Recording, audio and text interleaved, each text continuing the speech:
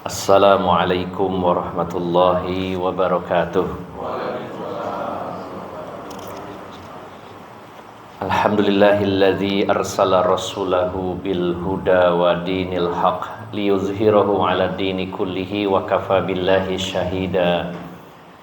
Ashhadu an la ilaha illallah wahdahu la syarikalah wa ashhadu anna Muhammadan abduhu wa rasuluhu la nabiyya ba'dah. Allahumma salli wa sallim wa barik ala nabiyyina Muhammadin wa ala alihi wa sahbihi ajma'in. Wa qala Allah ta'ala fi kitabihil karim, ya ayyuhalladzina amanu taqullaha haqqa tuqatih wa la tamutunna illa wa antum muslimun, amma ba'd. Para alim ulama, para ustaz, para sesepuh, bini sepuh yang senantiasa saya hormati dan saya muliakan, bapak-bapak dan ibu-ibu jamaah Masjid An-Nur yang dirahmati Allah Subhanahu wa taala. Alhamdulillah, pada pagi hari ini Allah Subhanahu wa taala memberikan keistiqomahan kepada kita semuanya untuk hadir melaksanakan salat subuh secara berjamaah dan mendapatkan secara rutin nasihat-nasihat agama yang walaupun sedikit, namun jika terus-menerus bahkan tiap hari di masjid ini, maka mudah-mudahan keilmuan kita bertambah seiring bertambahnya amal-amal kita. Idealnya kalau kita ngaji sehari setengah jam, sudah berapa ayat dan berapa hadis yang kita pelajari, maka bertambah ilmu diiringi dengan bertambahnya amal. Kita berupaya dan berusaha setiap hari untuk terus mendalami bagaimana cara beragamanya Rasulullah Muhammad SAW, bagaimana beliau mempraktekkan isi Al-Quran, karena memang Allah Subhanahu wa ta'ala menurunkan Al-Quran sebagai teorinya, dan Rasulullah adalah proyek percontohan yang sengaja Allah hadirkan di tengah-tengah umat ini agar kita mudah dalam memahami Al-Quran, karena adanya seseorang yang dijadikan figur sebagai contoh dan uswah bagi kita semuanya. Ketika Ibunda Aisyah ditanya tentang akhlak Rasulullah SAW, maka beliau mengatakan, kana khuluquhul Quran. Rasulullah itu adalah Al-Quran berjalan. Akhlaknya Rasulullah itu adalah Al-Quran. Alhamdulillah, bila kita masih diberi kesempatan oleh Allah Subhanahu wa ta'ala mempelajari tentang sirah nabawiyah yang lebih spesifik, selain mempelajari sirah yang global, kita mempelajari beberapa buku, beberapa kitab yang membahas secara khusus sisi kehidupan Rasulullah Sallallahu Alaihi Wasallam. Dan setiap Kamis kita bersama-sama belajar dari kitab Kaifa Amalahum, tentang seni interaksi Rasulullah Sallallahu Alaihi Wasallam dengan berbagai lapisan masyarakat. Pada pertemuan yang lalu kita sudah membahas bagaimana akhlak, tindak tanduk, dan perbuatan serta interaksi Rasulullah dengan istri-istri beliau, kemudian juga dengan putra-putri beliau. Dan pada pagi hari ini bagaimana interaksi Rasulullah SAW dengan cucu-cucu beliau. Dan alhamdulillah mungkin sebagian dari kita yang hadir di sini juga sudah punya cucu mungkin ya. Termasuk saya mau punya cucu 3. Walaupun ya sepertinya belum punya cucu, tapi alhamdulillah Bapak Ibu bisa merasakan punya cucu. Lebih-lebih Bapak Ibu mungkin ada yang punya cucu bisa jadi 10 atau lebih. Nah, bagaimana interaksi Rasulullah SAW dengan cucu-cucu beliau? Yang pertama, Bapak Ibu jamaah sekalian yang dimuliakan Allah Subhanahu wa ta'ala, orang-orang yang besar sepanjang sejarah Islam, mereka ini dididik dan dibesarkan dalam lingkungan keluarga yang penuh cinta, rumah tangga yang penuh kasih sayang. Karena pendidikan keluarga adalah pendidikan pertama Dan pendidikan keluarga ini yang paling berpengaruh pada perilaku dan berpengaruh pada kehidupan seseorang. Jika sebuah rumah tangga ini penuh dengan rasa cinta, penuh dengan kasih sayang, penuh keramah tamahan, penuh kelemah lembutan yang ditopang dengan pendidikan agama yang benar, maka anak-anak dan bahkan cucu yang menjadi generasi penerus akan menjadi pribadi-pribadi yang besar, pribadi-pribadi yang kokoh dalam beragama, dan pribadi-pribadi yang bermanfaat bagi agama, negara, dan semuanya. Namun anak-anak termasuk cucu yang dibesarkan dalam rumah tangga yang penuh intimidasi, kekerasan, penuh dengan masa-masa yang penuh dengan tekanan, maka akan muncul problem baru di kemudian hari, yaitu manusia-manusia yang secara mental mengalami disorder atau mengalami semacam penyimpangan-penyimpangan. Bukan berarti Bapak Ibu jamaah sekalian kita harus selalu memanjakan anak-anak, memanjakan cucu. Karena ada kalanya butuh ketegasan, bukan kekerasan, butuh ketegasan. Karena pada prinsipnya ilmu parenting modern yang banyak dipengaruhi dunia barat ini juga tidak 100% benar. Kita cukupkan diri kita dengan ilmu parenting yang diajarkan oleh Rasulullah SAW. Tapi lupanya banyak yang tertarik dengan parenting dari barat yang sekarang di sana saja ditinggalkan. Salah satunya misalkan jangan mengatakan atau jangan melarang, ada kata-kata larangan kepada anak, diganti dengan kata yang lain. Misalkan kalau ada tanaman jangan ditulisi dilarang diinjak, itu harus dihindari katanya, tapi diganti tulisannya terima kasih tidak menginjak kami. Terkesan baik dan indah, tapi isi agama ini adalah perintah dan larangan. Harus ada pembiasaan bahwa ini diperintahkan, ini dilarang, itu hal yang biasa. Bagaimana ketika para pemain UFC atau MMA sekelas mungkin Habib, Muslim dan lain-lainnya, mereka mengatakan kalau kami ini dari kecil dimanjakan, gak pernah dikerasi, dalam arti gak pernah ditegasi, kami gak pernah akan bisa tampil di oktagon. Dan mereka adalah orang-orang yang sholih. Jadi Bapak Ibu jamaah sekalian, cukupkan pendidikan agama, cukupkan ilmu parenting, apa yang diajarkan Rasulullah SAW dan juga para sahabat Nabi SAW itu sudah cukup. Kalaupun ada parenting dari barat, kita timbang dengan Al-Quran, dengan sunnah, apakah ini sesuai atau tidak. Jangan sampai kita mengikuti cara-cara dan pola-pola orang barat yang belum tentu bersesuaian dengan Al-Quran dan sunnah Nabi SAW.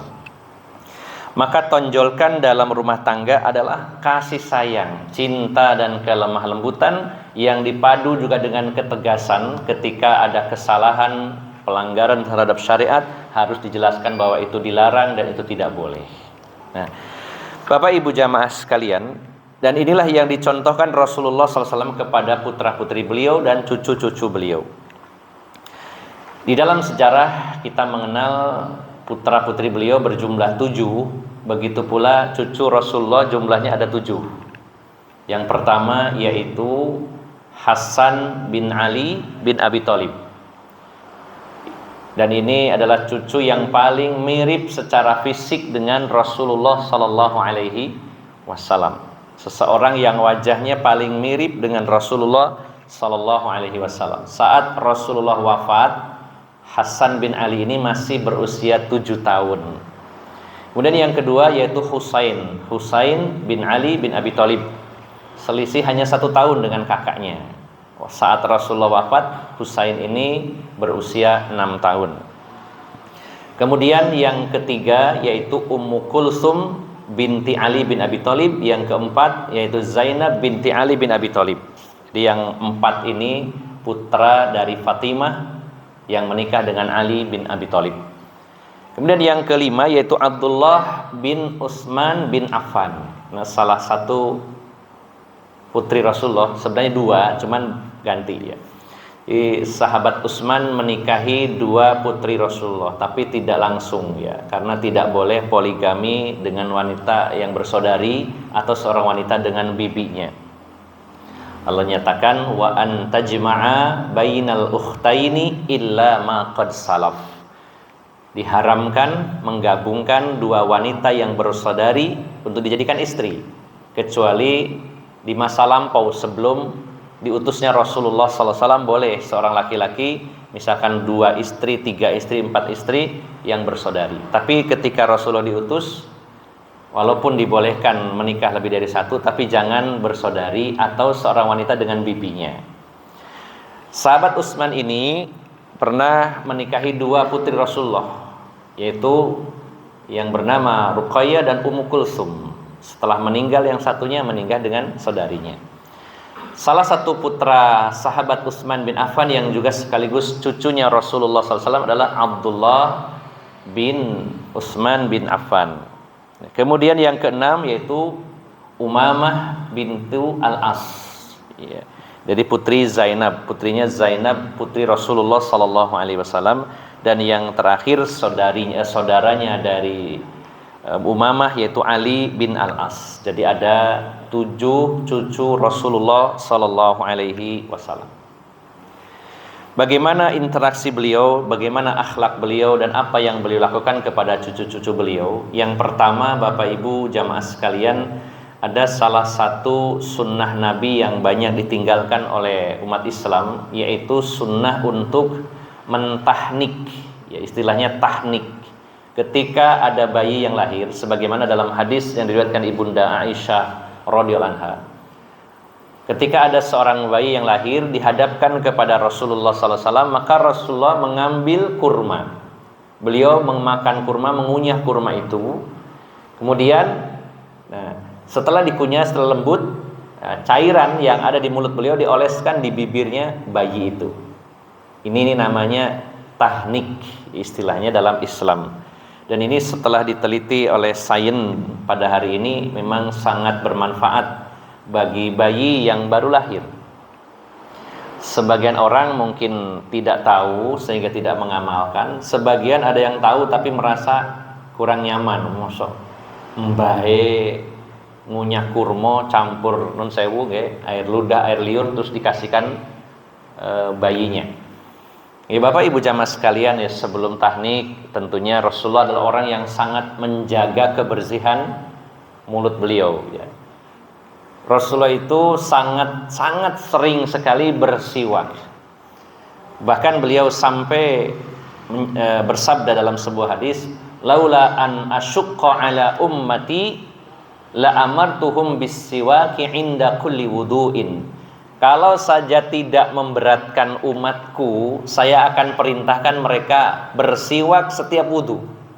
Hanya saja saya takut memberatkan, jadi tidak harus. Tapi seandainya setiap mau berwudu sikat gigi dulu, itu lebih baik. Dan Rasulullah sangat sering bersiwak, bersih mulut beliau.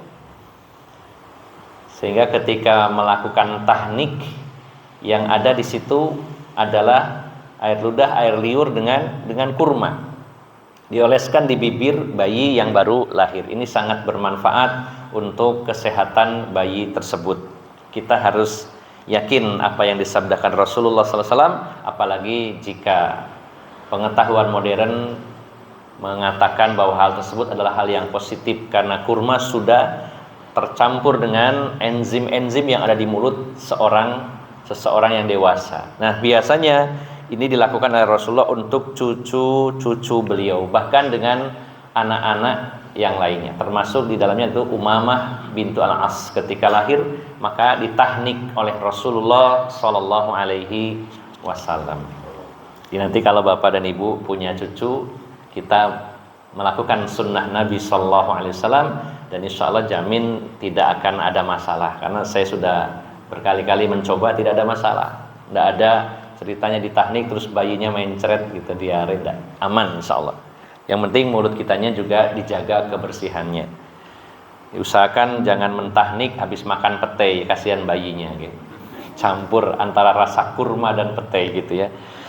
bersih mulutnya, tahnik, kemudian air liur yang bercampur dengan kurma tadi dioleskan di bibir bayi, lalu bayinya nanti akan menjilat-jilat di bibirnya, dan kandungan gizi serta gula alami yang terkandung dalam kurma itu langsung terserap oleh tubuh bayi dan dibantu dengan enzim orang dewasa yang memang sudah maksimal secara fungsinya. Ini yang pertama Bapak Ibu jamaah sekalian. Kemudian yang kedua, seperti perlakuan kepada putra-putri beliau, Rasulullah biasa mencarikan dan memberi nama yang terbaik untuk cucu-cucu beliau. Seringkali anak-anak kita ketika punya anak ya, alias cucu kita, seringkali minta saran mbahnya ya, seringkali begitu.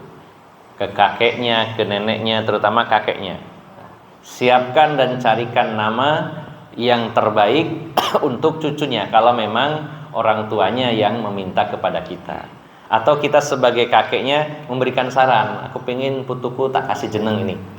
Carikan nama yang terbaik yang memiliki makna yang baik supaya jadi motivasi di kemudian hari bagi anak tersebut, dan sekaligus nama terbaik inilah yang akan ya disebut-sebut saat nanti kita meninggal dunia dan ruh kita dibawa ke langit. Maka ketika serombongan malaikat bertanya, ruh siapakah ini?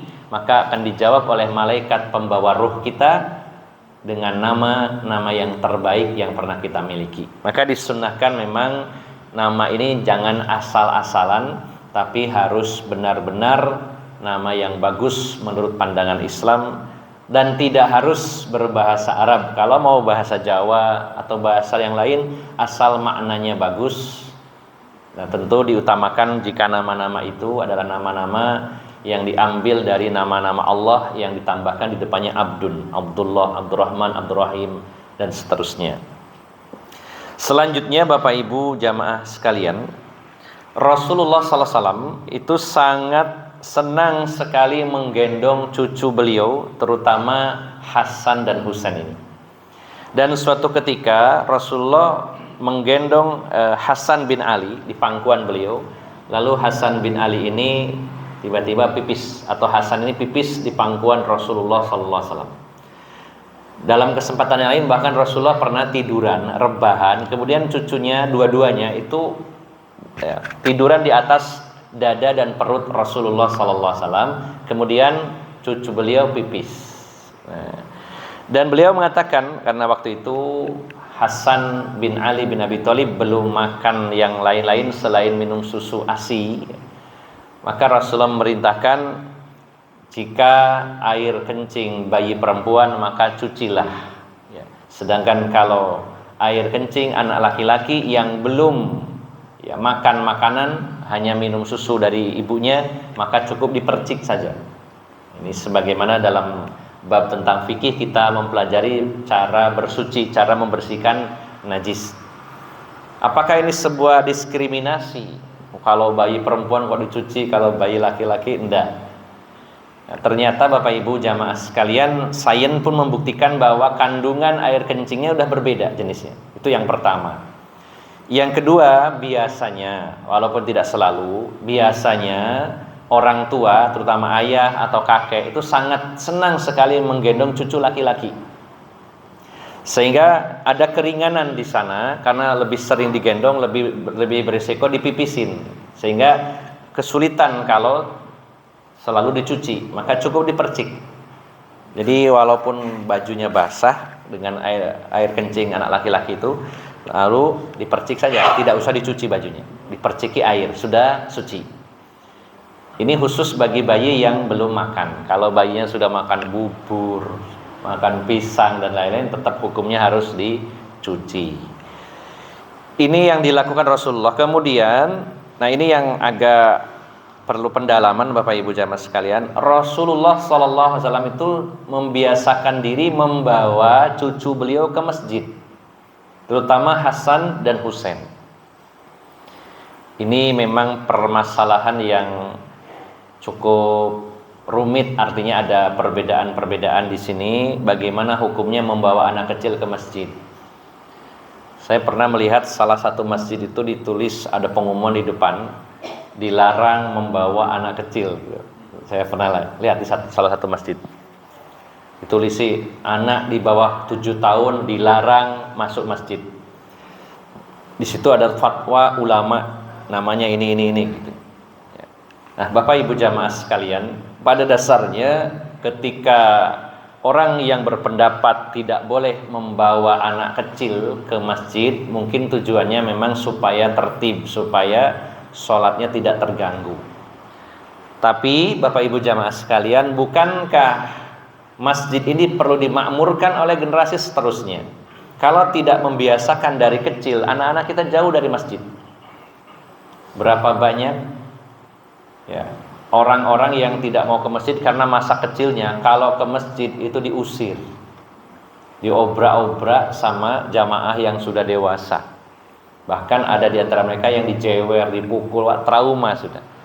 Nah, di sini harus cari solusi. Yang pertama tentu kita merujuk kepada Rasulullah SAW. Apakah Rasulullah dulu seperti itu melarang anak-anak kecil ke masjid? Maka sebenarnya bukan ke masjid atau tidaknya, tapi bagaimana cara mengatur ketertiban anak-anak yang ikut ke masjid. Nah, Abu Bakrah, sebagaimana dalam hadis yang diriwayatkan Imam Bukhari, beliau meriwayatkan bahwa suatu ketika Rasulullah SAW membawa cucu beliau, yaitu Hasan bin Ali bin Abi Thalib. Waktu itu beliau sedang berceramah, menyampaikan nasihat-nasihat agama.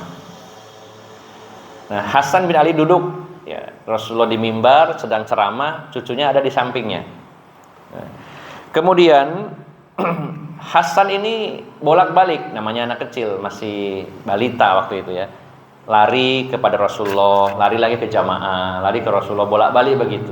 Dan itu dibiarkan oleh Rasulullah SAW. Bahkan dalam satu momen beliau mengatakan, Inna bni hadza sayyidun, sesungguhnya cucuku ini suatu saat akan jadi pemimpin.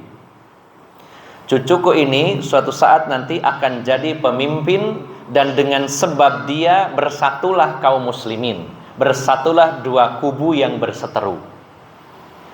Ini kejadiannya setelah jauh dari wafatnya Rasulullah SAW. Memang apa yang disabdakan Rasulullah terbukti.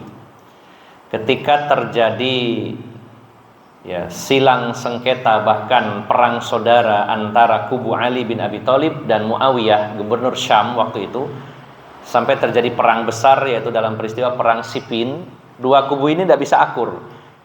Kubu Ali bin Abi Thalib didukung para sahabat, kubu Muawiyah didukung para sahabat, dan ada para sahabat yang non-blok, yang tidak memihak kepada dua-duanya. Sampai terjadi perselisihan di antara mereka. Kemudian setelah terjadi perang Siffin, Ali bin Abi Thalib turun dari posisinya sebagai khalifah, dan yang menjabat khalifah adalah Hasan bin Ali. Selama kurang lebih 6 bulan, ya hanya 6 bulan beliau memerintah. Apa yang disabdakan Rasulullah, Inna bani hadza sayyidun, sesungguhnya putraku, maksudnya cucuku ini akan menjadi pemimpin. Dan terbukti beliau jadi khalifah walaupun hanya 6 bulan. Kemudian beliau Hasan bin Ali menyerahkan kedudukan khalifah kepada Muawiyah, yang merupakan saingan atau ya seteru dari ayahnya. Dan setelah kaum muslimin dipimpin oleh Muawiyah, bersatulah dua kubu yang sebelumnya silang sengketa ini. Jadi rukun kembali, bahkan tahun itu disebut sebagai Amul Jam'i, tahun persatuan. Setelah kaum muslimin bersatu, kemudian terjadi fitnah, pergolakan, perang saudara, baru bersatu kembali setelah Hasan bin Ali menyerahkan posisi khalifah kepada Muawiyah. Maka apa yang disabdakan Rasulullah terjadi di kemudian hari.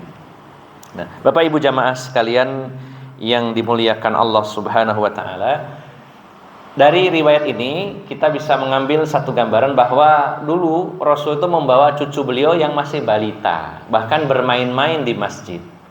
Sebagaimana dalam hadis riwayat Bukhari dari sahabat Abu Bakrah. Kemudian dalam hadis yang lain, sahabat Buraidah ibnul Husayb, beliau berkata, pernah Rasulullah SAW itu berkhutbah, dan beliau membawa Hasan dan Husain ke masjid. Lalu Hasan dan Husain ini lari-lari dan jatuh. Maka Rasulullah berhenti dari khutbahnya dan beliau menghampiri cucunya.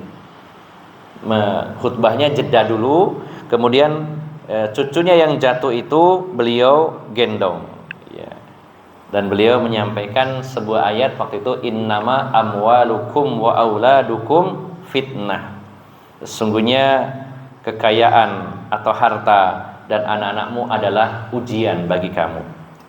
Ini reaksi Rasul ini mencerminkan sikap kasih sayangnya beliau. Beliau sedang ceramah sampai berhenti melihat cucunya jatuh. Namanya anak kecil lari-lari jatuh diambil. Nah, ini membuktikan bahwa beliau membawa cucunya ke masjid. Dan juga dalam riwayat lain beliau menggendong, ya, yaitu salah satu cucu beliau yang bernama Umamah bintu Al-Harith, bintu Al-As. Ketika beliau sholat, beliau gendong. Bahkan beliau jadi imam, digendong. Kemudian ketika beliau sujud, ditaruh. Tapi ini cucu perempuan, ya, tidak seperti laki-laki yang pelayan, ya. Ditaruh, diem, ya. Kemudian Rasulullah berdiri, digendong lagi. Dan juga pernah dalam satu kejadian Rasulullah SAW itu membawa cucunya Hasan dan Husain. Kemudian ketika sujud, Rasulullah sujudnya lama sekali. Sampai ada di antara sahabat, ini Rasulullah sujud lama, jangan-jangan sudah duduk. Maka sahabat ini duduk mendahului karena tidak tahu. Ternyata beliau melihat punggung Rasulullah dinaikin oleh cucu beliau Hasan. Jadi kuda-kudaan. Rasulullah jadi imam, kemudian sujud, Hasan naik di punggungnya kuda-kudaan. Setelah Hasan turun, ganti Husain naik. Jadi lama. Dan itu Rasulullah biarkan, tidak disalahkan atau mungkin disentil atau tidak, dibiarkan. Nah, Bapak Ibu jamaah sekalian yang dimuliakan Allah Subhanahu wa taala, ambil jalan tengahnya adalah boleh membawa anak-anak dengan catatan harus diberi pengertian dan harus tertib. Diajarkan kepada mereka untuk bisa tertib. Hanya saja mungkin yang agak sulit kalau anak yang belum paham, ya, diberi pengertian belum mengerti. Nah, ini PR dari orang tua masing-masing. Tapi faktanya Rasulullah mentoleransi cucu-cucu beliau ikut ke masjid, digendong oleh beliau, berlarian di masjid, bahkan menaiki punggung Rasulullah sallallahu alaihi wasallam. Bapak Ibu jamaah sekalian yang dimuliakan Allah Subhanahu wa taala, dan juga Rasulullah sallallahu alaihi wasallam biasa bermain, ya, dengan cucu-cucu beliau. Seperti dalam satu kejadian Rasulullah sedang berjalan dengan para sahabat. Waktu itu ada undangan makan. Dan Rasulullah dengan para sahabat termasuk Abu Bakar, Umar berangkat menuju rumah yang mengundang. Dari kejauhan Rasulullah melihat ada Hasan bin Ali sedang bermain-main dengan anak-anak yang lain. Maka Rasulullah mendahului para sahabat, ya, mungkin mempercepat jalannya beliau. Lalu beliau memanggil cucunya, lalu, ya, dalam hadis dijelaskan sampai Rasulullah itu membentangkan kedua tangannya nyegat, ya. Jadi mau lari ke sini dihalangi, bermain-main dengan anak kecil. Seorang kakek yang luar biasa, seorang nabi, seorang pemimpin di hadapan para sahabatnya main-main sama anak kecil, karena itu cucunya. Mainnya lari-lari, mau lewat kanan dicegat Rasulullah, mau lewat kiri dicegat Rasulullah, begitu. Sambil membungkukkan tangannya, lalu setelah itu, ya, Hasan bin Ali bin Abi Thalib naik di gendongan Rasulullah sallallahu alaihi wasallam. Dan yang terakhir Bapak Ibu jamaah sekalian yang dimuliakan Allah Subhanahu wa taala, yang terakhir Rasulullah sallallahu alaihi wasallam mengajarkan agama kepada anak-anak yang masih kecil, termasuk kepada Hasan bin Ali, sebagaimana dalam hadis yang diriwayatkan dari Abu Hurairah, ya. Hadis riwayat Bukhari Muslim. Rasulullah sallallahu alaihi wasallam pernah menegur, meluruskan, ya, perbuatan dari Hasan bin Ali. Ketika itu Hasan bin Ali mengambil kurma, dan ini adalah kurma sedekah. Bahkan sudah sampai dimakan oleh Hasan bin Ali ini. Dan Rasulullah sallallahu alaihi wasallam waktu itu langsung mengeluarkan kurma dari mulutnya Hasan bin Ali. Karena sedekah diharamkan bagi Rasulullah dan Ahlul Bait, keluarga beliau. Beliau tidak boleh menerima sedekah. Kalau hadiah Rasulullah mau dan dibolehkan. Tapi kalau itu harta sedekah, Rasulullah dan keluarga beliau termasuk cucu beliau tidak boleh mengambilnya, tidak boleh memakannya. Ketika itu kurma ini sudah dimakan, masuk mulutnya Hasan bin Ali, dan Rasulullah langsung mengambil anak ini dan dikeluarkan. Ini tidak boleh. Ya. Dan disampaikan kepadanya walaupun masih kecil, apakah kamu tidak tahu bahwa ini dilarang untuk keluarga Nabi? Wahai Hasan, tidak boleh.